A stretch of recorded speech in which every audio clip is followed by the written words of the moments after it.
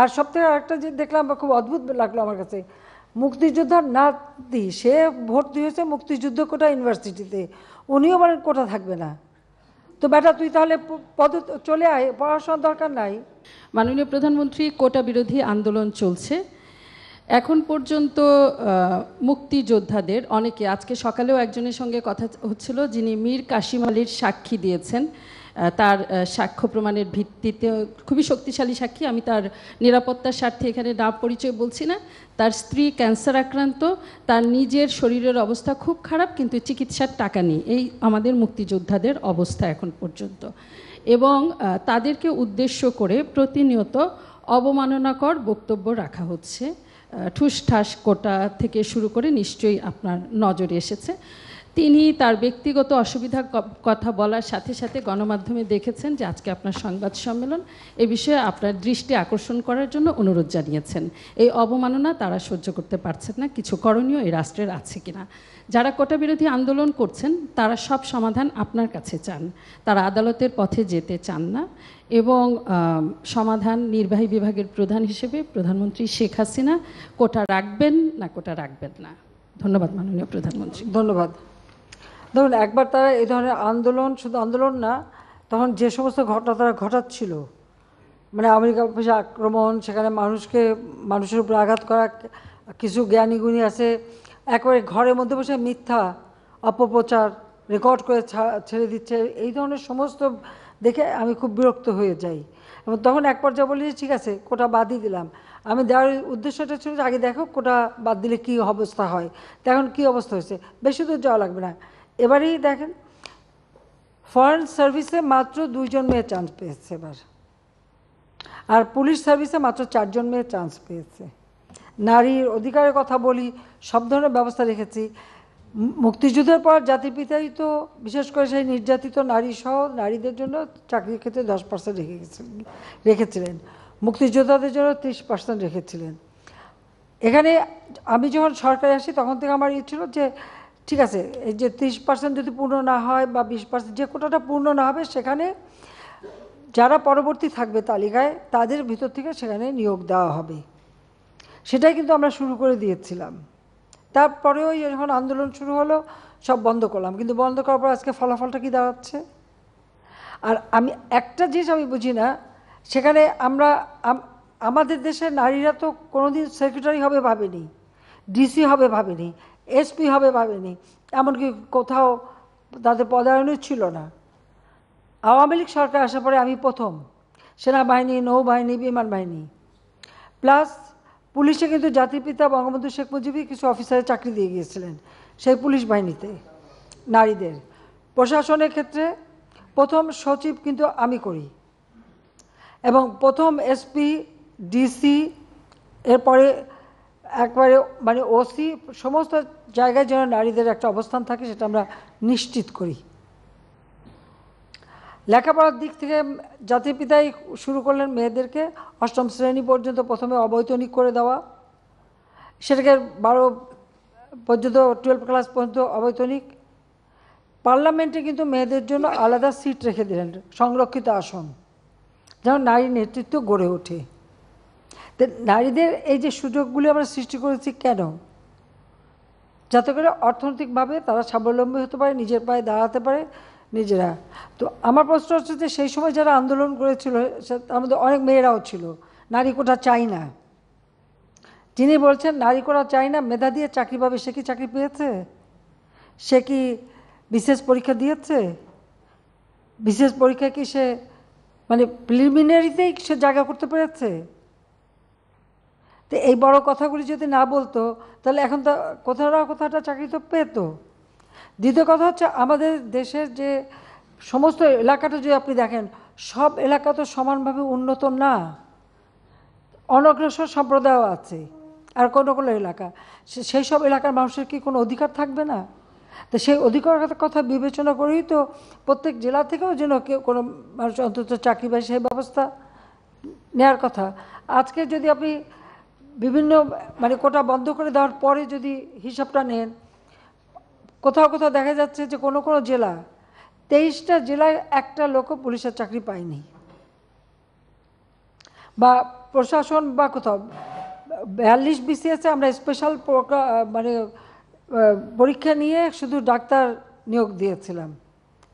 এখানে মেডিকেল সেক্টরে আমি মেয়েদের সংখ্যাটা বেশি দেখি, কিন্তু অন্যান্য ক্ষেত্রে যদি আমরা দেখি সেখানে তো সবসময় পিছিয়ে থাকা। তো লাভটা কি হলো? মুক্তিযোদ্ধারা ক্ষুব্ধ হলো, তারা মামলা করলো। যখন মামলা করার পরে কোর্ট, উচ্চ আদালত কোনো রায় দেয় বা কোর্টের যখন কোনো রায় হয়, সাধারণত সেই রায়ের বিরুদ্ধে এক্সিকিউটিভ অথরিটির এখন এই মুহূর্তে তো আমাদের কিছু করার নেই, কারণ কোর্টেই সমাধান করতে হবে। এখন যারা আন্দোলন করছে তারা তো আইন মানবে না, আদালত মানবে না, সংবিধান কি তারা চেনে না, বা একটা কার্যনির্বাহী অর্থাৎ একটা কাজ করতে গেলে তার যে নীতিমালা, বিধিমালা বা ধারা থাকে সেটা, বা একটা সরকার কীভাবে চলে এ সম্পর্কে কোনো ধারণাই এদের নাই, কোনো জ্ঞানই নাই। হ্যাঁ, পড়াশোনা করছে, ভালো নাম্বার পাচ্ছে, সেটা ঠিক, কিন্তু ভবিষ্যতে এরা তো নেতৃত্ব দেবে বা এই দেশ চালাতে আসবে, তাদের তো এই ধারণাগুলি দরকার। আমাদের সংবিধান কি বলে সেটা তাদের জানা উচিত। আমাদের একটা রাষ্ট্র পরিচালনায় কী ধরনের কাজ হয় সে সম্পর্কে তাদের কোনো ধারণা আছে? সে ধারণা তো আমরা দেখি না। আজকে যখন আদালতে চলে গেল, তা আদালতে সেটা সমাধান, এবং আদালত তাদের সুযোগ দিয়েছে, বলেছে আপনারা আসেন, আর্গুমেন্ট করেন, বলেন, তা আদালতে যাক, বলুক না, তারা রাজপথেই সমাধান করবে। আর আমাকে বলছে, আমি সত্যি কথা বলতে কি, আদালত যখন কথা বলেছে, আদালতে যখন চলে গেছে, তার যখন রায় হয়েছে, তো সেই রায়ের বিরুদ্ধে এখন এই মুহূর্তে আমার তো দাঁড়ানোর কোনো অধিকার নাই।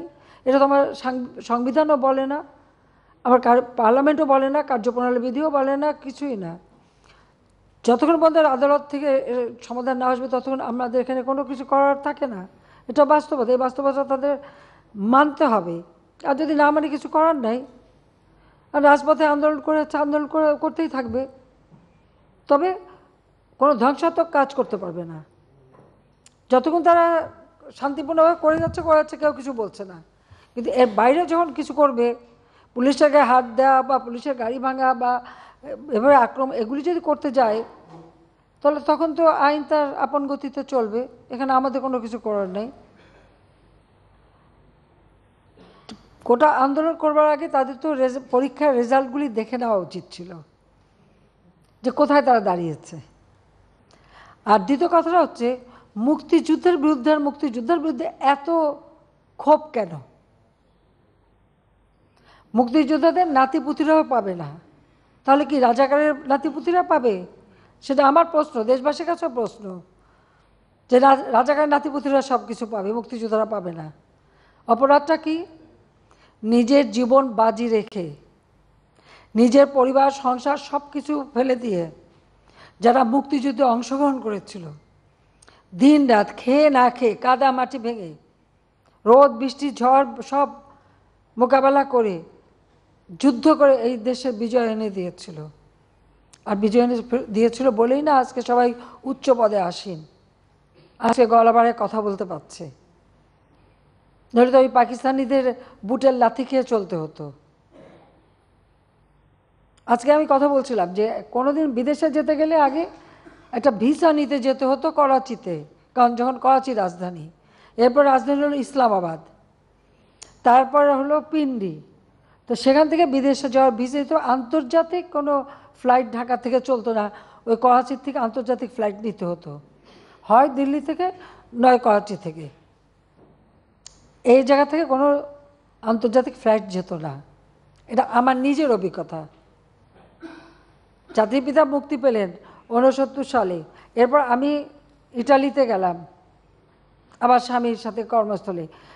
যাওয়ার জন্য আমাকে করাচিতে যেয়ে 2 রাত থেকে ওখান থেকে ভিসা নিয়ে তারপর আমি আন্তর্জাতিক ফ্লাইট ধরতে পারলাম। এই তো ছিল আমাদের অবস্থাটা। তো এরা তো ছেলেমেয়েরা তো ওটা দেখেনি, বা এখন যারা লাফাচ্ছে, এমনকি 15 বছর আগের বা 20 বছর আগে বাংলাদেশ সম্পর্কেও তারা বোধহয় জানে না। আওয়ামী লীগ ক্ষমতা আসার আগে বাংলাদেশের অবস্থাটা কী ছিল? ঢাকা বিশ্ববিদ্যালয় সহ বিশ্ববিদ্যালয় ছিল অস্ত্রের ঝড়ঝানানি, বোমাবাজি আর সেশন জট। 5 বছর 7 বছর সেশন জট, কোনো সেমিস্টার সিস্টেম ছিল না, গ্রেডিং পদ্ধতি ছিল না, বহু সাবজেক্ট ছিল না যা আন্তর্জাতিক মান হয়। ঢাকা বিশ্ববিদ্যালয়ের কারণে বাংলাদেশ থেকে কেউ যদি বিএ পাস করে বিদেশে যেত তাকে আবার সেই গোড়ার থেকে ইন্টারমিডিয়েট থেকে পড়তে হতো, স্কুলে ভর্তি হয়ে পড়ে তারপরে উচ্চ সে যেতে পারতো। কারিকুলাম চেঞ্জ করা, গ্রেডিং সিস্টেম আনা, সেমিস্টার সিস্টেম আনা, সব কিছু কিন্তু আওয়ামী লীগ করে দিয়েছে। আজকে সকলের হাতে মোবাইল ফোন, ফটাফট যোগাযোগ করে ফেলে, সোশ্যাল মিডিয়াতে করে আন্দোলন করে। এই মোবাইল ফোন কোথায় ছিল, কার হাতে ছিল আওয়ামী লীগ ক্ষমতা আসার আগে? 96 সালের সরকার আসার পর সমস্ত ফোন, অ্যানালগ ফোনকে ডিজিটাল করা, মোবাইল ফোন সবার হাতে হাতে তুলে দেওয়া, ওয়াইফাই কানেকশন দেওয়া, কে করেছে? আওয়ামী লীগ সরকার করেছে। আর করেছে বলে আজকে সেটা ব্যবহার করে এখন নানা রকম রাষ্ট্র কিভাবে চলবে সেই নীতিমালা, সেটা তো আমাদের সংবিধানে দেওয়া আছে। যেখানে সংবিধানে আছে অনগ্রসর যারা তাদেরকে রাজ্যের কর্মের সাথে সম্পৃক্ত থাকতে দেয়া হবে। তারা কি সংবিধানটা পড়ে দেখছে কখনো? আর মুক্তিযুদ্ধের বিরুদ্ধে, মুক্তিযোদ্ধাদের বিরুদ্ধে কথা বলার অধিকার তাদেরকে দিয়েছে। যে মুক্তিযোদ্ধা বললো, আমি তার সাথে সম্পূর্ণ একমত যে তারা জীবনে কষ্ট করেছে, কিন্তু দুর্ভাগ্যের বিষয় 75 15 আগস্টের জাতির পিতাকে হত্যার পর এমন একটা সময় গেছে যে মুক্তিযোদ্ধারা বলতে পারেনি যে আমি মুক্তিযুদ্ধ করি, কারণ হাজার হাজার অফিসার সৈনিকদের জিয়ারন মেরে সাফ করে দিয়েছে। আবার তাদের মাথায় মানে কিছু কিছু পকেট করে নিয়ে তাদেরকে খুব তেল দিয়েছে, কিন্তু আসলে তো মুক্তিযুদ্ধের চিন্তা চেতনা সব কিছু তো মুছে ফেলে দিয়েছিল। মনে হলো যে পাকিস্তানের আবার প্রদেশ হয়ে গেছি আমরা, সেই জায়গায় নিয়ে যাচ্ছিল। সেখান থেকে বাংলাদেশ ফিরে এসেছে, জয় বাংলা স্লোগান ফিরে এসেছে, 7ই মার্চের ভাষণ ফিরে এসেছে। মুক্তিযুদ্ধের এখন ভালো লাগে না, মুক্তিযুদ্ধের কথা শুনলে তাদের মানে গায়ে জ্বর আসে। আর সবথেকে আরেকটা যে দেখলাম খুব অদ্ভুত লাগলো আমার কাছে, মুক্তিযোদ্ধার নাতি সে ভর্তি হয়েছে মুক্তিযুদ্ধ কোটা ইউনিভার্সিটিতে, উনিও মানে কোটা থাকবে না। তো বেটা তুই তাহলে পদে চলে আয়, পড়াশোনার দরকার নাই। হ্যাঁ, ও বলতে হবে যে তুই চলে আয়, তোর পড়াশোনার দরকারটা কি? তুই মুক্তিযোদ্ধার নাতি হিসেবে কোটায় ইউনিভার্সিটিতে ভর্তি হয়ে এখন বলে কোটা লাগবে না, তোকে তো ইউনিভার্সিটি থেকে বের করে দেওয়া উচিত। হ্যাঁ, ওকে ওই ইউনিভার্সিটি থেকে বের করে দেওয়া উচিত যে কোটা নাই, তোর পড়া নাই, যা বাড়ি যে বসে থাক। যদি লজ্জা থাকতো তাহলে আগে ইউনিভার্সিটির থেকে পড়াশোনা বন্ধ করে দিয়ে এসে তারপর বলুক যে কোটা লাগবে না। এটা বিচিত্র এই দেশ, আসলে আমাদের দেশটা বিচিত্র একটা দেশ, বিচিত্র মানসিকতা। 6 ঋতুর দেশ তো, ঋতুও বদলায়, মনও বদলায়, আমার কিছু করার নাই।